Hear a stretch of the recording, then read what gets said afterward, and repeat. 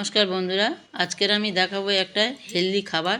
বাচ্চা বড় সবাই খেতে পারবে। খাবারটা বানানোর জন্য আমি নিয়ে নিয়েছি মুসুর ডাল, মুগ ডাল আর বিউলির ডাল। বিউলির ডালটা একটু কম পরিমাণে নিয়েছি। ডালগুলো আমি ভিজিয়ে রাখছি সারা রাতের জন্য।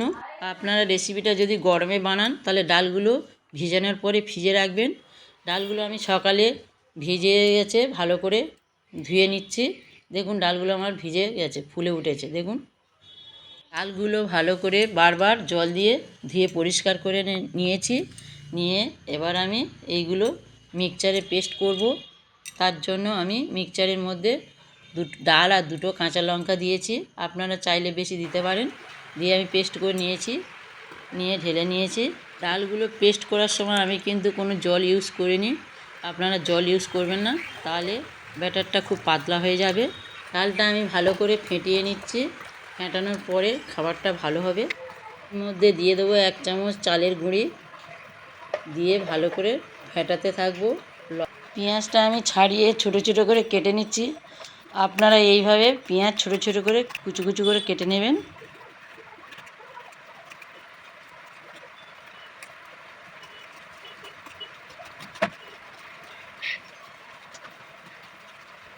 আমি কুচনো পেঁয়াজগুলো ব্যাটারের মধ্যে দিয়ে দেব। দিয়ে হাত দিয়ে ভালো করে পেঁয়াজগুলো ভেঙে নিয়ে ভালো করে মিক্সড করে নেব। এইভাবে মিক্সড করে নিলে সব জায়গায় পেঁয়াজগুলো মাখানো হয়ে যায়। এবারে লবণ দিয়েছি, হলুদের গুঁড়ো, লঙ্কার গুঁড়ো দিয়ে আমি ভালো করে চামচ দিয়ে ব্যাটারটা ফেটিয়ে নেব।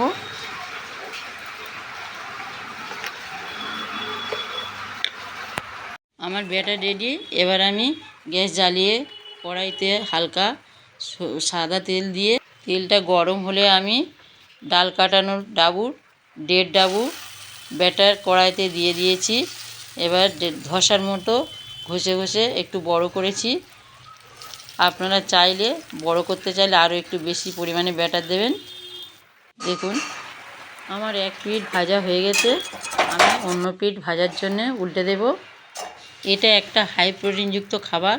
যারা ওজনে বাড়াতে চান তারা খেতে পারেন, আর যারা ওজন কমাতে চান তারা এই ডাল ভিজিয়ে কলা করে খেতে পারেন। দেখুন আমার এটা ভাজা হয়ে গেছে, আর আগেরটা আমার মেয়ে হাফ খেয়ে নিয়েছে। তাহলে বুঝতে পারছেন খাবারটা কত ভালো খেতে হয়েছে। এই খাবারটার নাম হলো ডাল চিলা।